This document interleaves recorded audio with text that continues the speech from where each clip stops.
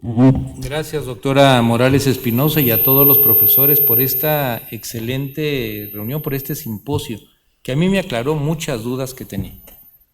Yo me dedico a la clínica, veo pacientes de terapia intensiva, y bueno, vemos precisamente, y ahora entiendo el proceso por el que van pasando, que para todos los clínicos, los que estamos viendo enfermos, no es tan claro siempre, y tratamos de ver una entidad tan compleja como algo igual en todos. Y después de la plática del doctor Flores Alanís y todo lo que nos dijeron previamente, se arma el rompecabezas, por lo menos para mí.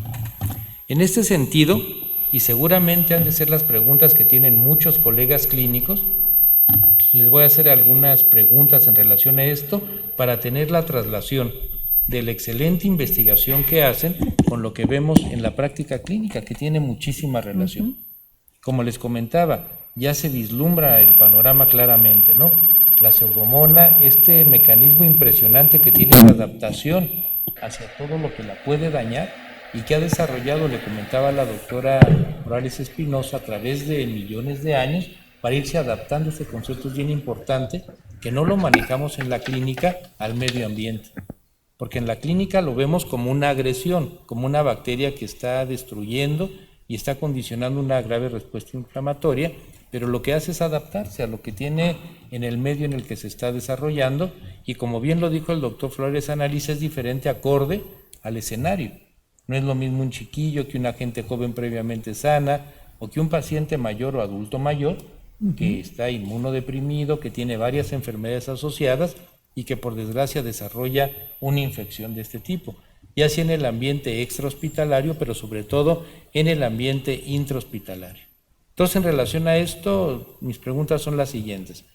Ingresa el paciente al hospital, ya sea a PIS o a la unidad de terapia intensiva, con alguna enfermedad de X, y desarrolla al paso del tiempo la infección por pseudomonas, porque tiene un patrón clínico de comportamiento muy específico. Los primeros días, le comentaba a la doctora, y ustedes lo saben muy bien, que está prácticamente bien. Está intubado, va evolucionando bien, se está tratando la enfermedad por la que llegó a la terapia, y empieza a los 5 o 6 días, es lo habitual, tal vez un poco antes o después, pero en ese lapso de tiempo, con fiebre y suben los leucos. Se prenden las alarmas, las banderas rojas, se infectó. Y la principal infección en estos pacientes, sobre todo que están intubados, es el pulmón, y a buscarle. Y no tiene infiltrado todavía en la placa, la secreción aumentó un poco, la cultivamos o lo cultivamos, pseudomonas. Pero curiosamente ese primer cultivo de pseudomonas son pseudomonas que son sensibles prácticamente a todo. Empezamos el tratamiento, tomando en cuenta lo que les decía, pues es lo mismo, una infección por pseudomonas, inmunocompromiso, bla, bla, tratamiento. O hace la bacteremia y crece la pseudomona. Pero a los 2-3 días después, esa pseudomona que era sensible o moderadamente sensible se hace resistente o muy resistente, y viene el problema, ¿no? Y desgraciadamente los antibióticos que tenemos, pues ustedes los conocen muy bien, son los mismos, los nuevos con alguna antienzima que le han pegado, pero es lo mismo para fines prácticos. Y el paciente empieza ahí en el deterioro, más inflamación, suben los leucos más. Primera pregunta en este sentido, la respuesta inmune, tanto la innata como la adaptativa, ¿qué tiene que ver en esta fase inicial de colonización, adaptación, porque la bacteria se está adaptando a su medio ambiente con el desarrollo del proceso infeccioso? ¿Alguien contestó? ¿Alguien que la quiera contestar? Pero es lo que un clínico les preguntaría, claro, como yo. Claro.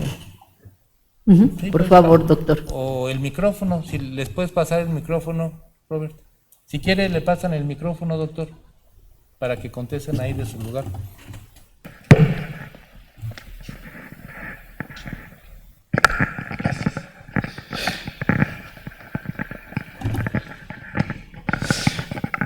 Bueno, en este sentido, el papel del sistema inmunológico del paciente, hay dos vertientes aquí.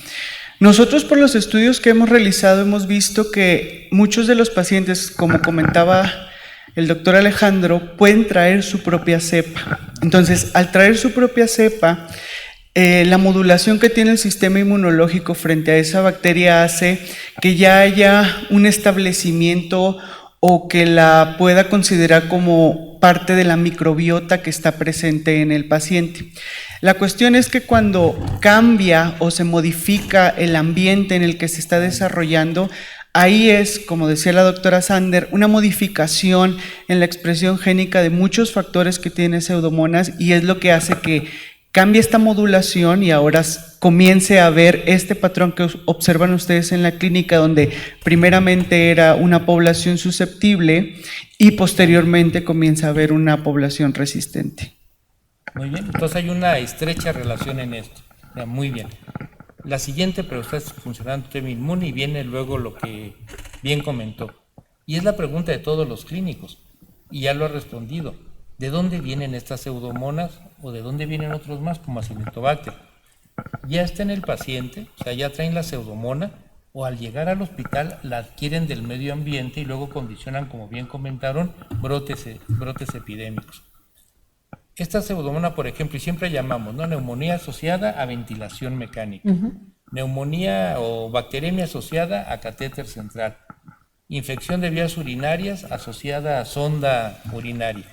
¿Es realmente el dispositivo o es realmente la pseudomona que tenía el paciente y que se va adaptando y luego empieza a condicionar ya el proceso infeccioso? Esa es la pregunta de los 64,000 pesos de los clínicos. Ok.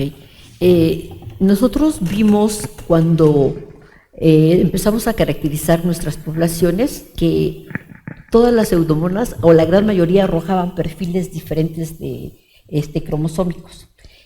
Y aún aquellas pseudomonas que se agrupaban en el mismo perfil presentaban diferente contenido genético y diferentes patrones de susceptibilidad. Al principio, cuando nos dieron la población de adultos, pensaban que había brotes epidémicos porque todos venían de la unidad de cuidados intensivos, todos habían sido aislados de pacientitos con neumonía, donde se les había puesto el respirador automático, y fueron en un periodo más o menos de un año. Entonces, en ese entonces, la doctora Saubner hizo un esquema muy bonito donde graficó cómo se iban instalando las poblaciones, ¿no?, según sus características genéticas y fenotípicas. Y encontramos que no había ninguna relación entre una pseudomona y la otra, donde deducimos que cada paciente llevaba su pseudomona y que la misma condición del paciente hacía que ésta se aprovechara y empezara a producir infección, porque además existía ya un periodo bastante adecuado para esa adaptación.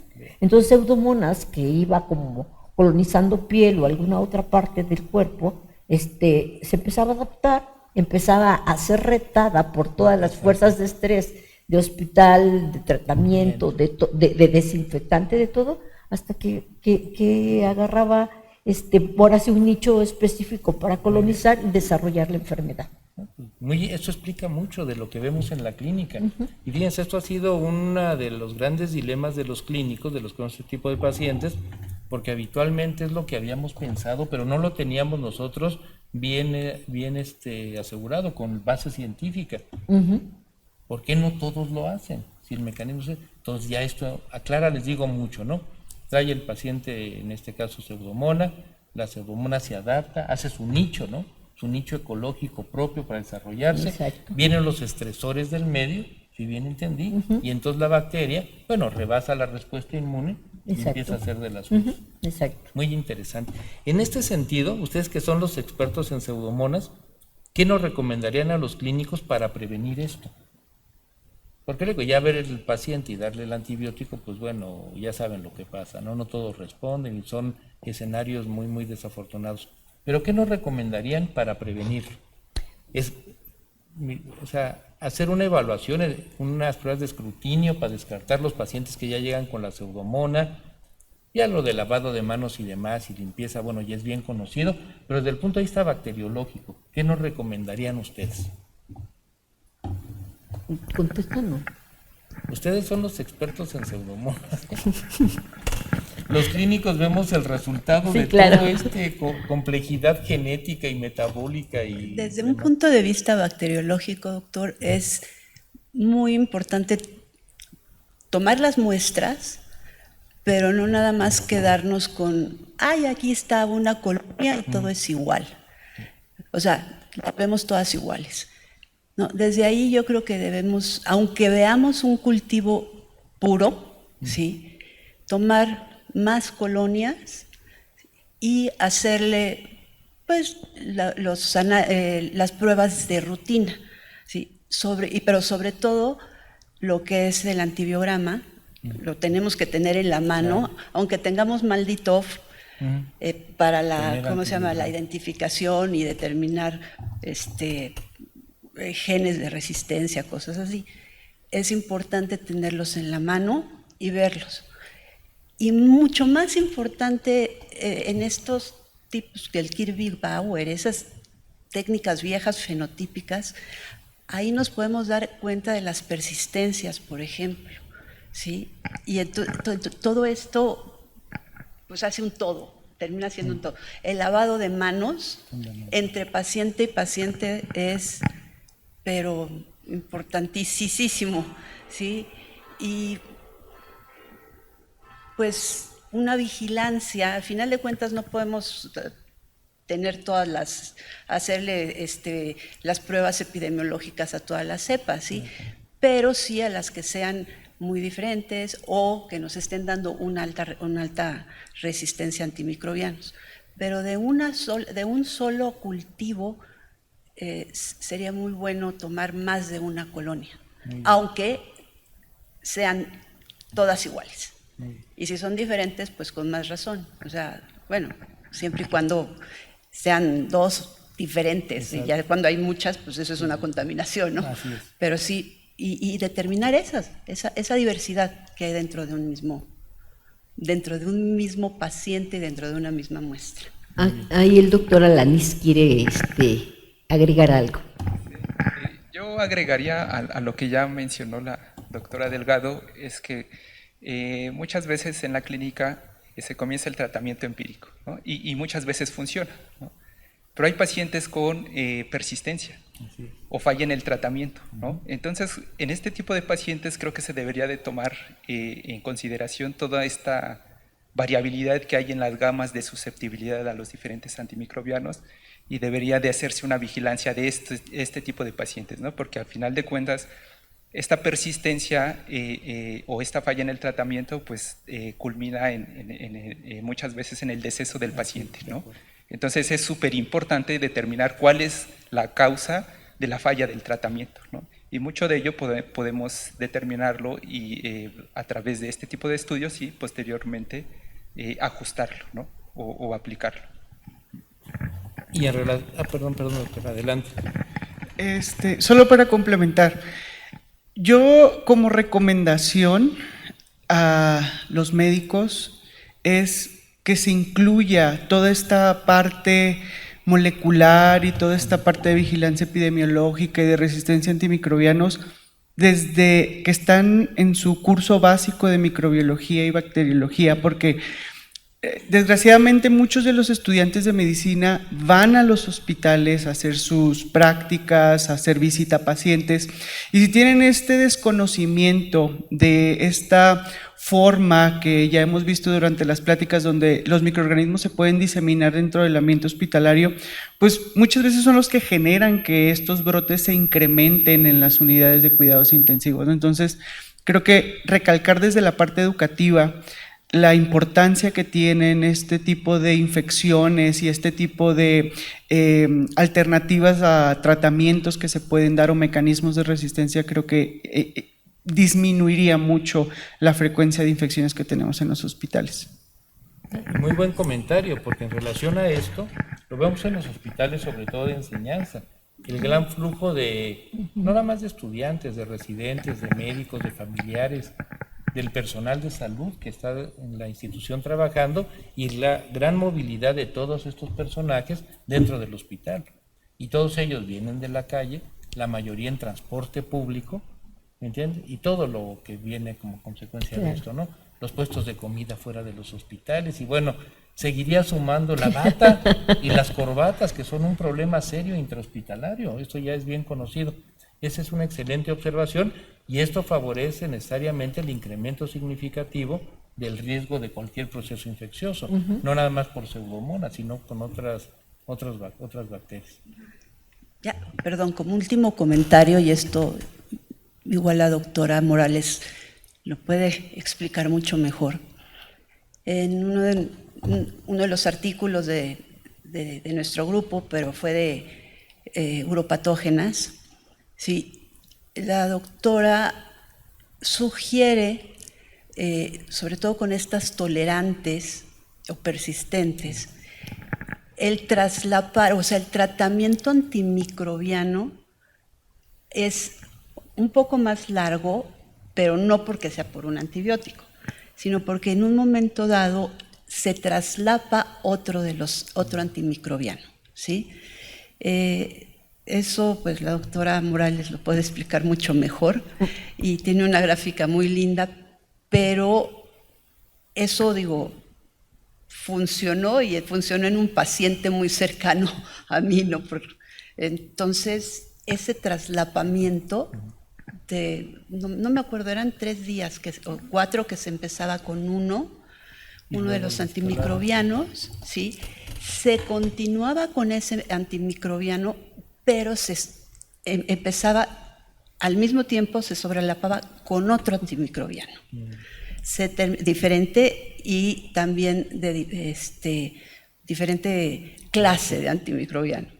Se terminaba con el primer antimicrobiano, pero el segundo iba a la mitad o a los primeros días de tratamiento.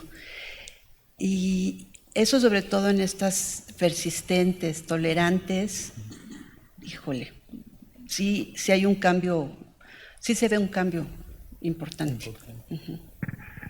¿Quiere agregar algo en relación a esto, doctora? Sí, en ese entonces, como dijo la doctora Delgado, había un problema con su papá en específico, donde era Pseudomonas y no se podía erradicar. Entonces, con base en la experiencia que habíamos tenido, sobre todo con las Escherichia coli uropatógenas, donde teníamos un estudio de infecciones recurrentes y viendo el fenotipo de tolerancia y de persistente, donde realmente el problema ahí es el tiempo prolongado en que tarda en bajar la curva de crecimiento. Se llevan hasta 21, 28 días. Entonces, bueno, viendo esa experiencia, le aconsejé a Gaby que platicara con su médico, el médico tratante de su papá, y le dije, mira, que empiece con el antibiótico que reporta el laboratorio de pruebas de susceptibilidad. Y entonces, no sé, ¿qué serán? A los 10 días, si ese tratamiento va a durar 7, 10 días, que 5 días antes le meta el otro antibiótico que también está marcando cierta susceptibilidad, para que lo prolongue más allá de un tratamiento clásico y lo lleve hasta los 21, 28 días. Muy bien. Y entonces se dio perfectamente el cuadro de Pseudomonas, porque eso le dio tiempo al antibiótico, el primero de actuar sobre las susceptibles y el segundo de actuar sobre las persistentes y tolerantes y controlar la población. No, pues eso es un excelente tip clínico para los que vemos pacientes de este tipo. Muy bien, ya se difundió por todos lados. Gracias. Tengo una observación Sí, con respecto a tanto antibiótico. ¿Qué pasa? ¿Cómo resuelven los médicos la toxicidad de los antibióticos, sobre todo cuando se da en largos periodos de tiempo? Ahora es una pregunta para ustedes. Bueno, mire, realmente cuando nos enfrentamos a este tipo de infecciones y los antibióticos que usamos, sobre todo la colistina, el colistimetato, que sobre todo para bacterias muy resistentes y algunas susceptibles estamos usando, es estar monitoreando necesariamente los órganos blancos, por ejemplo, riñón, nervios periféricos y demás, e ir adaptando la dosis a la toxicidad que vayan a hacer. Y claro, poniendo en la balanza el riesgo-beneficio, que es más riesgoso continuar el antibiótico a estas dosis, porque habitualmente son dosis superiores, o ver el efecto secundario, ¿no? En la experiencia que yo tengo, y veo muchos pacientes como ellos, seguramente muchos colegas que nos siguen van a estar de acuerdo, es de que realmente hay una disparidad de lo que uno lee en los artículos científicos en lo que uno ve en la clínica, de la toxicidad. Efectivamente la hacen, pero es raro el paciente que se le haya tenido que suspender, en este caso el antibiótico, por efectos tóxicos graves, sobre todo a nivel renal o a nivel de sistema nervioso periférico. Entonces tenemos que ir a lo que le va a hacer mejor bien al paciente, en este caso, tratar la infección. Eso es a lo que nos enfrentamos y estarla monitoreando, ¿no? Porque sabemos que tarde o temprano la va a hacer. ¿Sí?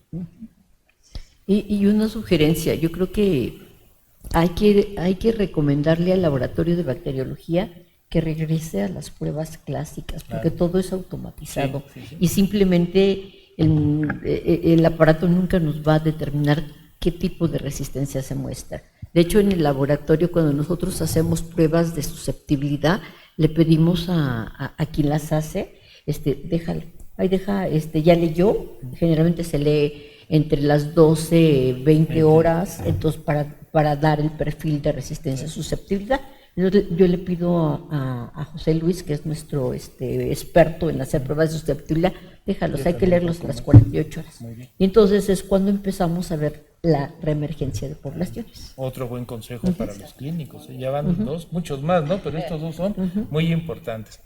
Y la tercera pregunta, porque ahorita me está pasando César, de todos los colegas que nos están siguiendo por el chat, me dice: doctor, no hay preguntas, puras felicitaciones, así que fue un excelente evento y muy, muy visitado, y seguramente se va a seguir visitando. Y la última pregunta de mi parte: ¿qué hacer o qué recomiendan ustedes para esas cepas que son multiresistentes? Que ya uno probó de todo y no responde, y el paciente sigue mal, sigue el infiltrado, la fiebre, la leucocitosis y demás. ¿Qué nos recomiendan para estos casos? Y esa es una pregunta que nos resolvería la vida y nos volvería millonarios. Ah, bueno, pues investiguen más eso. No, lo que sí tenemos de sugerencia, yo creo que todos estamos de acuerdo, es que cuando una cepa es resistente a un tipo de antimicrobianos, va a ser resistente a todos los antimicrobianos de ese tipo. No importa que sean de primera, segunda, tercera, cuarta o quinta generación, va a ser resistente. Entonces, uno de los principios que tienen las bacterias es que ellas no gastan energía si no es necesario. En el momento que uno empieza que deja de usar un antibiótico que ya no es exitoso, no se tiene que usar ya. ¿Por qué? Porque pasando ciertos años, las cepas se empiezan a volver susceptibles a ese antibiótico. Y entonces nos da una alternativa. Entonces, pero nosotros nos empeñamos en que, bueno, ya no nos funcionan las cefalosporinas de tercera generación, metámosles las de cuarto, las de quinta, sí la hay. Y no, o sea, te tiene que dejar, y tenemos que sustituirlo por un antibiótico de un mecanismo de acción muy similar, ¿sí? Para que el que ya no funciona, ya no va a funcionar independientemente de las modificaciones que lleven su estructura. Entonces se tiene que dejar en paz.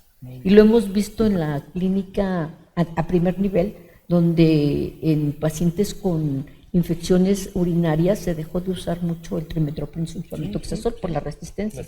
Pues ahorita ya empieza la sensibilidad a este tipo de antibióticos. Y si recuerdan, esto se usó hace algunos años. ¿Se acuerdan cuando no había más alternativas de antibiótico? Es lo que se hacía, se dejaban de usar un tiempo. Sí. Y después de cierto lapso, semanas, meses, volvía a ser susceptible a lo que había sido muy resistente. Claro, sí, y es la conducta normal de todo ser vivo. Cuando ya no está expuesto al mismo estrés, desecha el mecanismo de defensa. Para no gastar energía, exactamente. genes en eso. Muy bien. Bueno, pues fue un excelente simposio, coloquio, porque además de revisar a profundidad lo que es la pseudomona, mecanismos de resistencia y demás, trataron de una bacteria que es muy frecuente en la práctica clínica, porque hay bacterias también muy interesantes en sus mecanismos moleculares que son poco frecuentes, pero este es un problema de salud pública, como bien va, a nivel global, no solamente en nuestro país, y que, como bien comentó el doctor Flores Alanís, condiciona una gran cantidad de muertes al año, o sea, 500,000 fallecimientos no es nada poco, o sea, es un problema muy serio. Pero con lo que hoy nos expusieron, nos compartieron de su conocimiento, estoy seguro que a los clínicos nos va a servir de mucho aprendizaje, tanto para conocer las bases, esto trasladarlo a la clínica y hacerlo lo mejor posible. Pues muchísimas gracias. Y si quiere decir algo más, doctora, a ustedes que quieran algún comentario final. Pues por mi parte, primero agradecerle a mi excelente equipo, porque realmente tengo un excelente equipo de trabajo, a usted por permitirnos introducir estos temas en la academia. O sea, cuando llegó la invitación de que podíamos proponer pláticas, yo dije, pues de aquí somos, ¿no? Hay que difundir lo que hacemos. Y la otra, aunque suene publicidad, lo hecho en México está bien, claro. hecho por los científicos mexicanos, claro. doctor. Y fíjese algo que he dicho en todas las sesiones desde el inicio de esta gestión.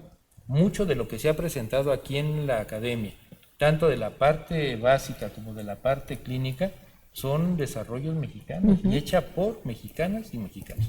Eso tiene un gran valor, Claro. porque esto pone a la investigación mexicana a nivel mundial. O sea, no es diferente a lo que están haciendo en cualquier otra parte del mundo. Y yo pienso que en muchos aspectos es mejor. ¿Y saben por qué? Porque en otras partes tienen recursos, y no ilimitados, mucho mejores. Y aquí Claro. con poco y ahora con lo castigada que está la investigación, eso tiene más valor. Sí. Así que muchísimas gracias, doctora, muchas gracias, colegas. Y bueno, nos vamos a seguir viendo aquí más frecuentemente en este tipo de sesiones, de lo básico a lo clínico, ¿no? Y la traslación clínica de lo que hacen ustedes, porque eso es de mucha valía para los que estamos enfrentando los problemas que presentan los pacientes al ingresar al hospital. Y yo me voy con mucho conocimiento. Quienes nos siguieron, yo creo, aprendieron igual que yo, y esto va a salir publicado en poco tiempo para difundirlo todavía más. Sí, Muchísimas gracias, doctora Morales Espinosa, muchas gracias, colegas, y que tengan buen día. Nos vemos en la sesión de la tarde, quienes puedan conectarse, va a ser muy, muy importante la sesión de hoy.